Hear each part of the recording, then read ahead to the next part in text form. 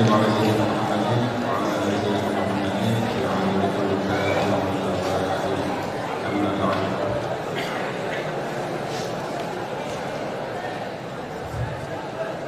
Yang sama-sama kita hormati keluarga besar almarhum al-maghfurullah Kiai Haji Muhammad Yusuf Masyhar, nafa'ana Allahu bi'ulumihi, amin ya rabbal alamin. Yang terhormat Syekhina Al-Hajj Muhammad Syafi'i Wardi,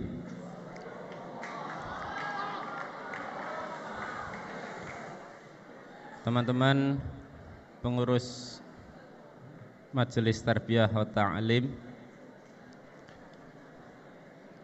teman-teman seluruh santri Madrasatul Quran Tebu Ireng yang berbahagia karena selama 2 minggu tidak libur, iso ngaji terus.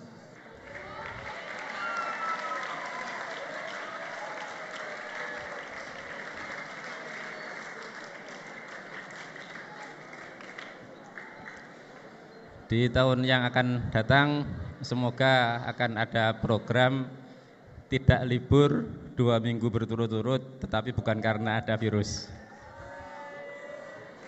Usul ke Ketua MTT, sering-seringlah ada tidak libur 2 minggu berturut-turut. Amin.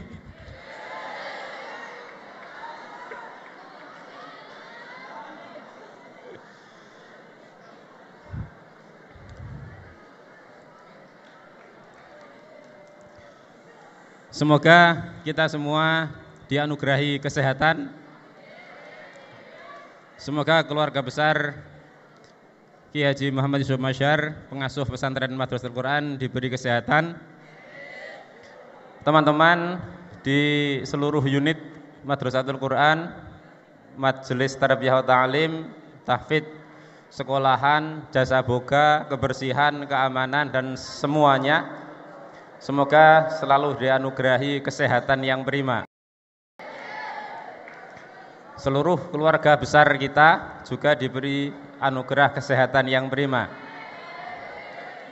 Seluruh masyarakat muslim dunia moga-moga diberi kesehatan yang prima. Bangsa Indonesia, seluruhnya umat manusia, semoga segera terlepas dari cengkraman virus corona. Hari ini COVID-19, coronavirus disease 19 sedang menjadi hantu bagi umat manusia di dunia.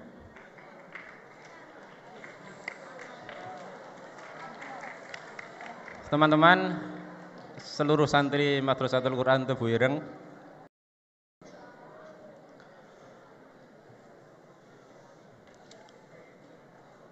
tak ceritanya apa wis? Tak ceritanya apa yuk? Ada tidak banyak makhluk ciptaan Gusti Allah itu yang tidak mati-mati. Manusia mati, tumbuhan mati, binatang mati, jin mati, setan mati, iblis juga mati, hanya beda-beda berapa panjang usianya. Ada setidaknya, seperti pengetahuan saya, 2 makhluk Tuhan yang tidak akan mati sampai nanti hari kiamat. Nomor 1, iblis. Dia sudah mengikat perjanjian dengan Gusti Allah. Angzirni ila yaumi yub'atsun, itu maka iblis tidak mati sampai nanti hari kiamat. Nomor 2, virus.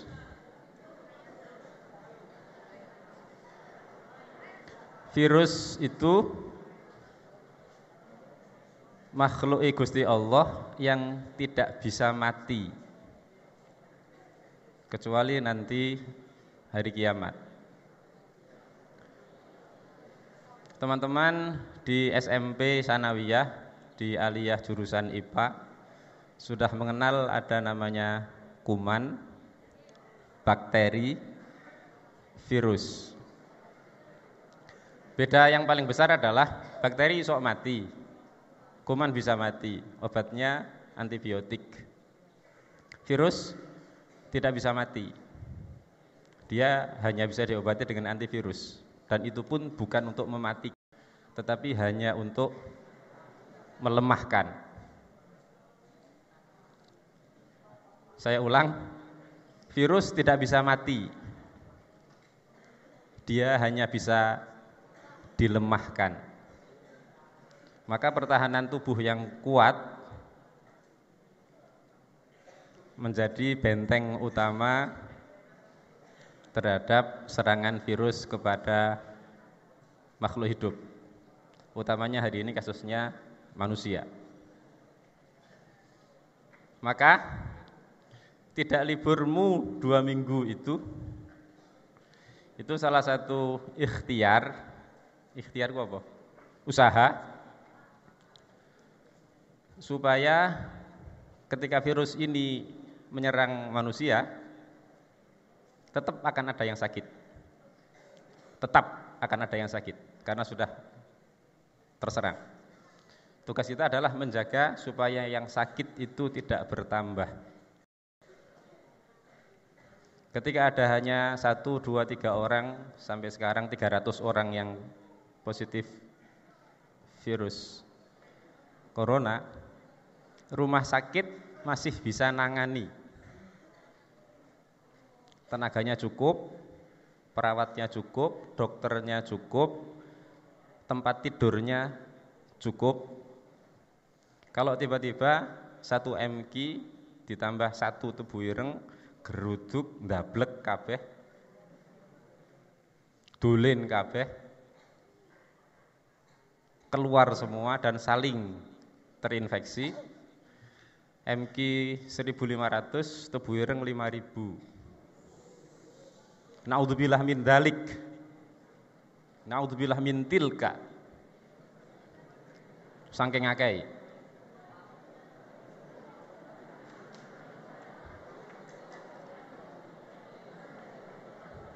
Sorry,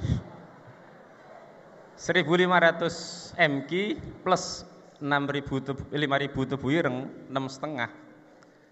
Rumah sakit mana yang mampu menampung sak Jombang?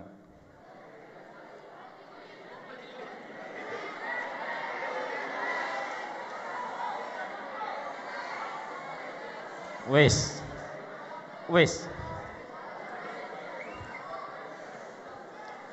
Maka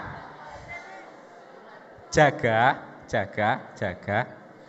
supaya yang sakit tidak bertambah, supaya yang sudah sakit itu tetap bisa ditangani oleh tenaga medis, oleh rumah sakit, oleh pemerintah, sehingga virus ini segera selesai. Karena virus itu sifatnya self-important disease.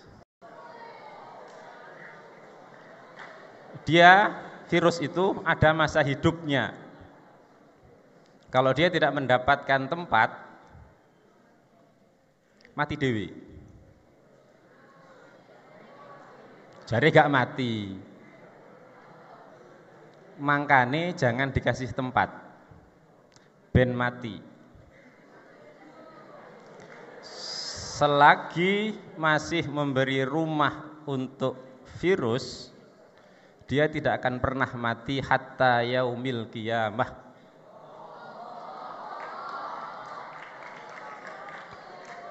Dikandani kok. Serius, aku serius teman. Tumben-tumben saya serius.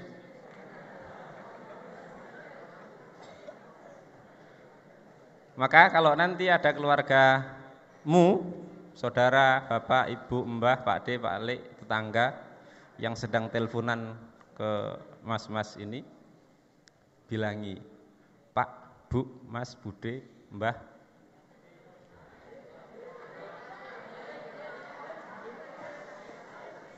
jangan kemana-mana,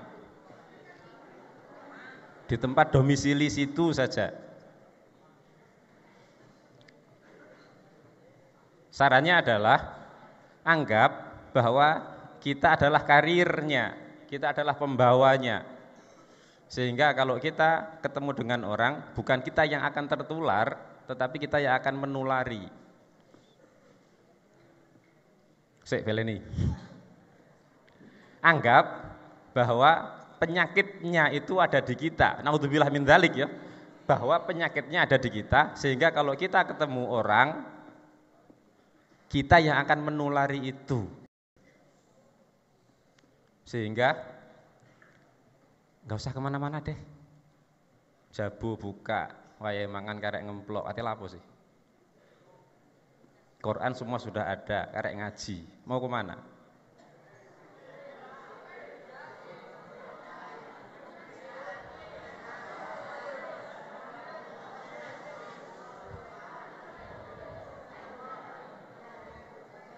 Wes, stop dulu.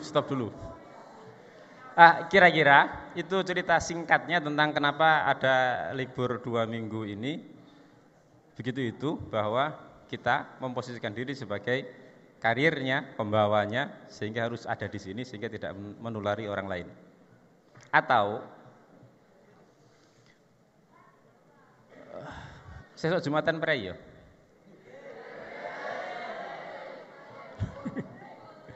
Jumatan prei apa enggak sih? Masjidil Haram prei ya.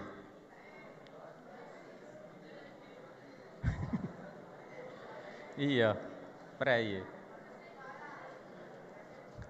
Sawangane ketika saya cerita Jumatan prei kok gak terima temen sih. Padahal lek Jumatan tuh, kamu itu habis bal-balan, kesel, selesai bal-balan turu, Jumatan ditangani angel.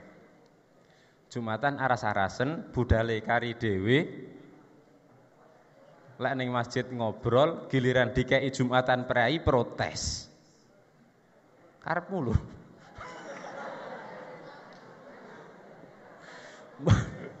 Mbok ya seneng prei, mbok ngono.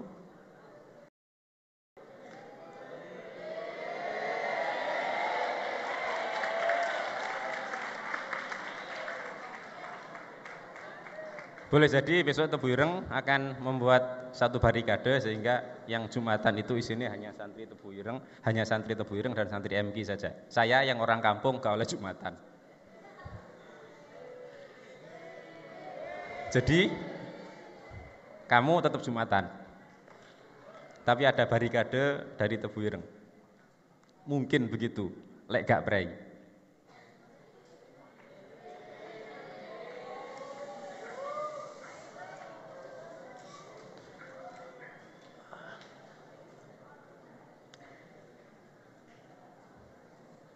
Wes ya.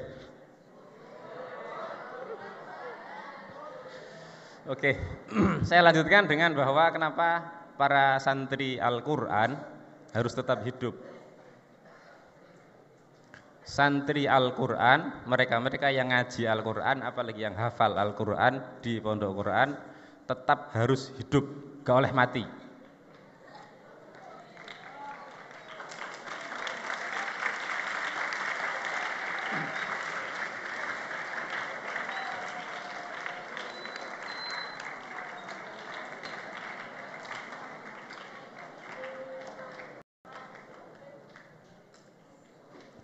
Seorang sahabat dalam data sejarah dia terhitung sebagai as-sabiqunal awwalun, orang yang secara nominal dia orang ke-6 yang memeluk agama Islam setelah Nabi Muhammad menerima wahyu kenabian dan diutus menjadi rasul. Beliau Abdullah ibni Mas'ud. Abdullah ibni Mas'ud ini wafat 32 Hijriyah. Wafat 32 Hijriyah itu artinya menangi masa kenabian 22 tahun plus piro? 10 tahun. 22 tahun Mekah Madinah plus 10 tahun baru wafat. 22 tahun berarti ketika dia masuk Islam kira-kira umure ya sudah 30-an tahun lah. Abdullah bin Mas'ud masuk Islam dalam keadaan dia sudah dewasa. Di Ulumul Quran, Ibnu Mas'ud ini diberi titel Awwaluman Jaharobil Quran. Wong yang berani baca Quran keras. Moga-moga sudah tahu bahwa ketika Nabi Muhammad memulai dakwah Islam di Mekah, itu keadaan wong Islam hanya beberapa gelintir. Benar ya? Hanya beberapa gelintir, ya Khadijah, ya Abu Bakar, ya berikutnya Ali, berikutnya Ibnu Mas'ud barang itu hanya beberapa gelintir. Ketika para sahabat cangkruan Ibnu Mas'ud dan kawan-kawan yang hanya sedikit ini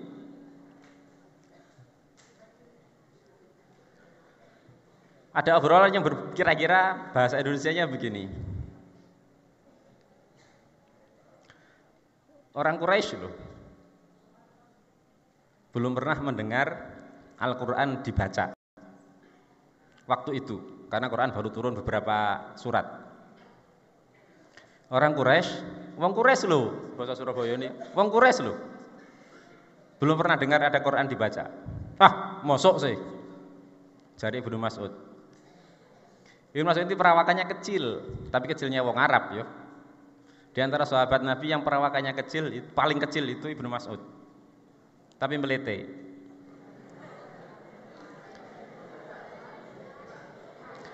Dia mendengar teman-temannya, para sahabat awal itu mengatakan Quran belum pernah didengar bacaannya oleh orang-orang Quraisy. Gak terima deh. Dia gak terima. Awas. Besok saya mau baca Quran di tengah-tengah mereka. Temenan, wis cilik moro di kerumunan orang Quraisy. Di tengah kerumunan orang Quraisy, dia baca Ar-Rahman 'allamal Qur'an. Ya suaranya orang kaya ngono lah, suaraku lho. Tapi surat Ar-Rahman itulah yang dibaca oleh Ibnu Mas'ud dan didengar oleh kerumunan orang-orang Quraisy di sekitar dia. Kemudian orang-orang Quraisy ini saling bertanya, "Wih, itu yang dibaca Ibnu Mas'ud apa?" Di antara mereka menjawab bahasa Arabi, "Innahu yaqra'u ba'dha ma nazala ala Muhammadin minal Qur'an." Si arek iku lho maca wahyu yang diberikan kepada Muhammad, jari jenenge Quran. Ya karena Nabi Muhammad sudah berdakwah, mereka tahu bahwa ini ada agama baru. Marahlah mereka. Dan karena Ibnu Mas'ud provokasi begitu, digeruduk kon. Diantemi. Ibnu Mas'ud membaca Quran nantang temenan, dihantemi. Cilik ditawur wong akeh. Pingsan deh.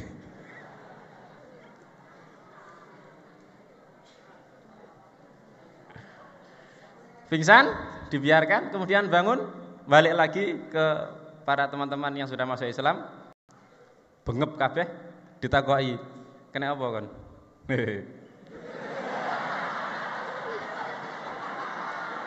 Guyu tok.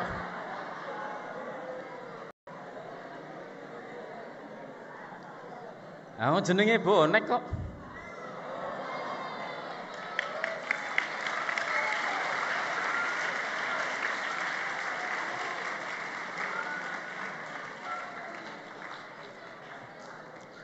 Bagaimana tidak bonek? Perawakannya cilik, postur tubuhnya kecil, diantemi pindu ngeblak, ngono lho wani. Kata temannya, "Wallahi Laqad khasyina 'alaika min hadza. Nuh, lak temen kan? Ajur kan kon?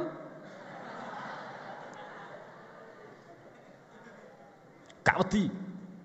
Meneh besok saya akan baca lagi.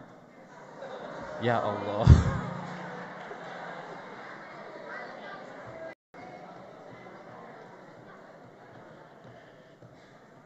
Temenan. Besoknya baca Quran lagi di tengah kaum Quraisy, diantemi lagi, pingsan lagi.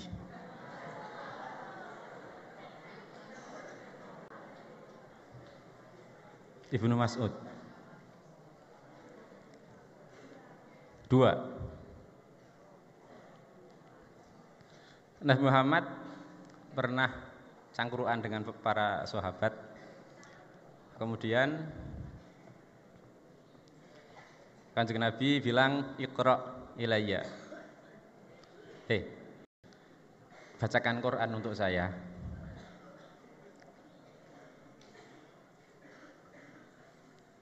Kepada Ibnu Mas'ud, Iqra ilayya.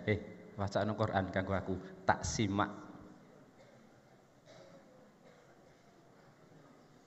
Kata Ibnu Mas'ud, Aqra'u alaika wa alaika unzila. Pripun jenengan niki? Gimana? Quran kan turun kepadamu. Lah kok saya disuruh bacakan itu? Ibnu Mas'ud protes, gak wani jelase. Ngene wis, tiba-tiba Fatain datang ke sini, kemudian kamu disuruh baca, wani ta gak?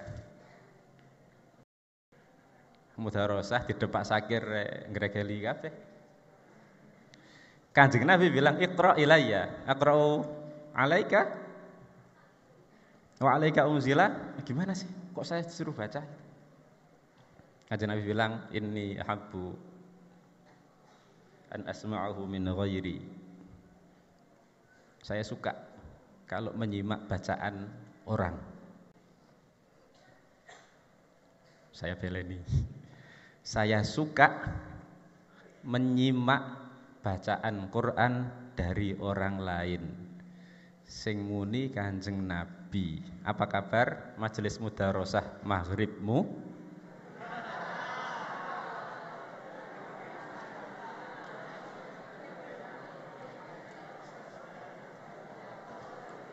Di antara 3 oknum dalam satu majelis itu membaca sendiri-sendiri atau ada yang baca dan ada yang mendengar?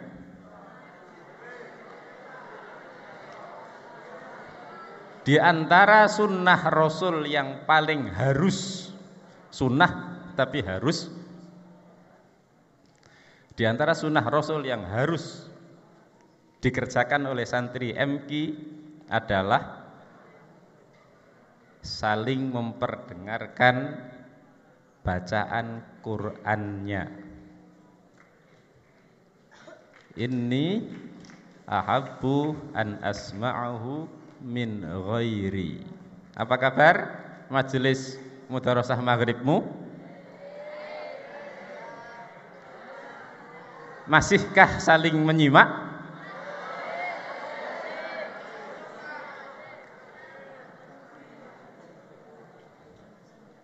Jare pengen melok Kanjeng Nabi.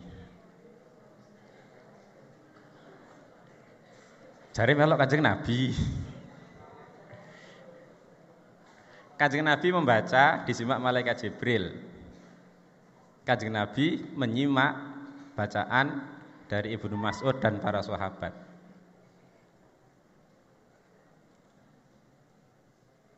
Terakhir, apa kabar majelis mudharasah maghribmu?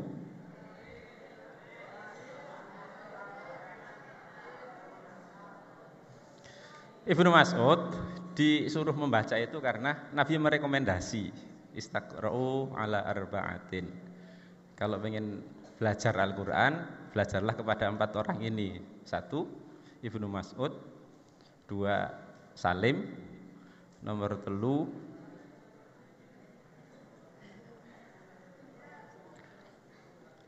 Ubayy bin Ka'ab, anggota panitia pengumpulan Al-Quran. Dan yang terakhir Mu'adz bin Jabal. Betapa istimewanya sahabat Abdullah ibni Mas'ud. Top pokoknya. Jangan dilihat kecilnya. Luar biasanya Abdullah bin Mas'ud, selain sebagai fuqaha, bacaan Qur'annya luar biasa. Sebagai penutup, saya sambungkan dengan yang terakhir saya bilang tadi, bahwa santri Quran tidak boleh mati. Nek mati engko wae nek wayahe. Jangan sekarang.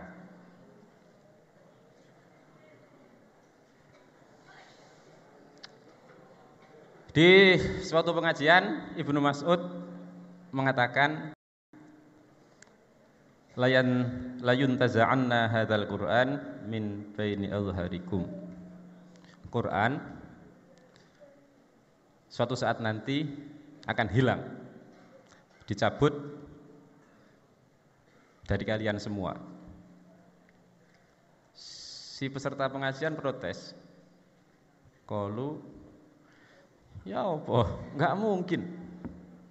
Enggak mungkin Quran hilang. Qad asbatnahu fi qulubina. Kami lho wis hafal. Wa qad asbatnahu fi masahifina. Quran mushafnya sudah ada. Bagaimana akan hilang? Kiai Abdullah ibnu Mas'ud menjawab, yusra alaihi fi lailatin fala yabqa fi qalbi 'abdin wala mushafin minhu syai'un wa yusbihun nas kal bahaim.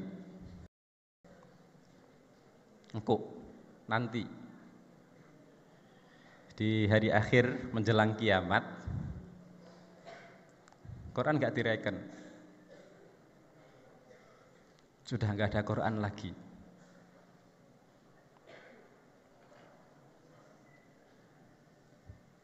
Menjelang kiamat, Quran enggak direken. Sudah enggak ada Quran lagi. Yang baca enggak ada, mushafnya wis hilang. Hari ini MQ masih tegak berdiri, yakin ora bakal kiamat.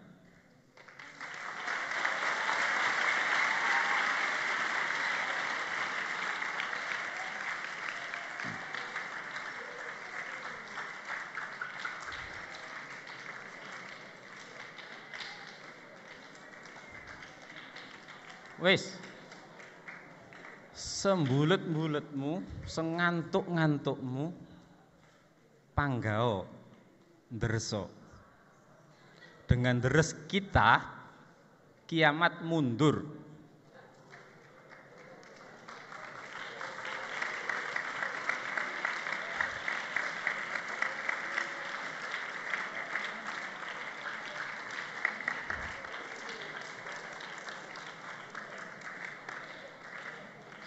Maka ya yang rupane sawangannya hanya begini-begini ini pemegang kendali kapan kiamat terjadi. Tugasmu berat loh, jogo supaya kiamat gak datang.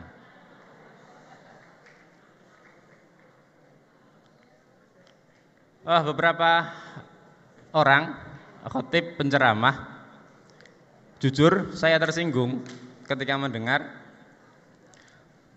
ketika mereka berceramah kemudian menyampaikan bahwa ini kiamat sudah dekat karena banyak terdapat penyakit yang dahulu-dahulu belum ada dan sekarang ada. Artinya karena dulu nggak ada penyakit sekarang ada, ini artinya tanda-tanda kiamat sudah dekat. Aku mencicil mesti, aku lu cik deres.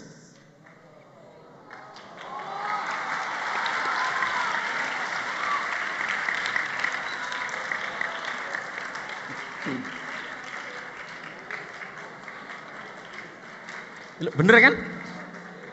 Kita di Madrasatul Quran, baik yang menjadi santri aktif di sini atau yang sudah boyong atau yang setengah boyong, Semuanya masih deres Quran, masih ngaji Quran, masih ngajarkan Quran. Jelas kiamate ijek suwe.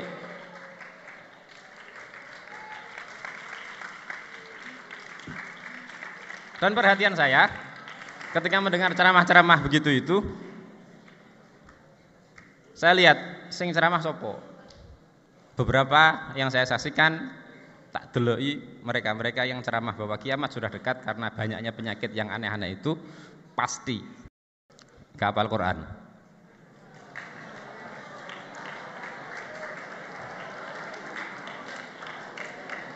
Temen, beneran aku jengkel loh. Jengkel. Nah, jangankan ada virus baru, ono coronavirus, ada apa flu burung, flu babi, macam-macam itu. Wong Kanjeng Nabi Muhammad hadir saja itu sudah tanda kiamat kok. Karena Nabi Muhammad adalah nabi terakhir kan? Beliau datang saja sudah sebagai nabi terakhir dekat dengan kiamat. Wis ora usah dibalan-baleni lah kiamat. Selagi MQ tegak berdiri, kiamat mundur, beres.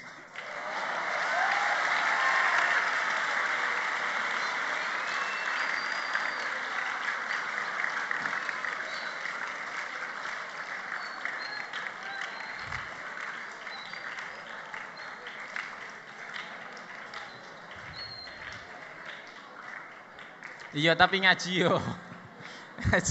Ngaji yo, juga ngaji. Ngaji.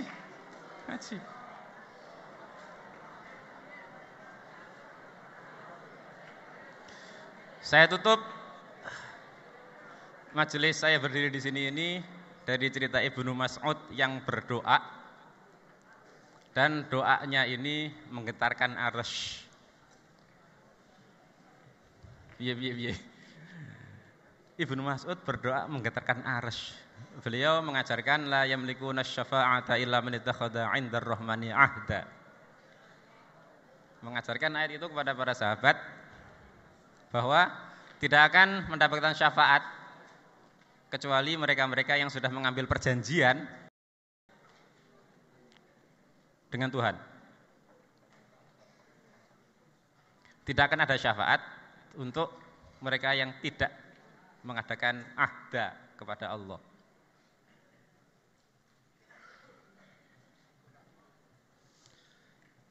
Kata Ibnu Mas'ud, tentu saja diajarkan dengan Nabi, nanti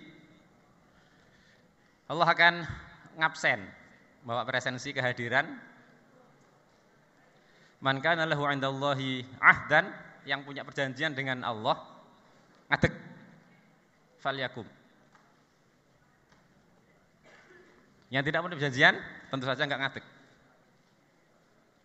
Para tabi'in yang diajar oleh Ibnu Mas'ud bilang, tolong ajari kami bagaimana cara mengikat perjanjian dengan Allah sehingga nanti kita mendapat syafaat. Fakulu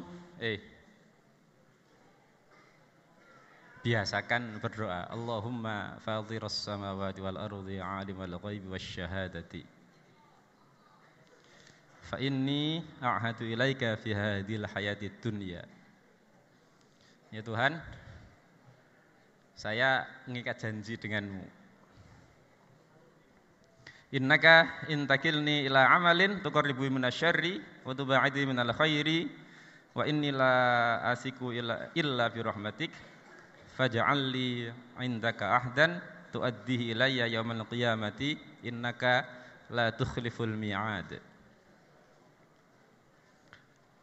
Ya Allah, kalau Engkau biarkan saya berbuat kejelekan dan Engkau biarkan saya menjauhi kebaikan, sementara saya ini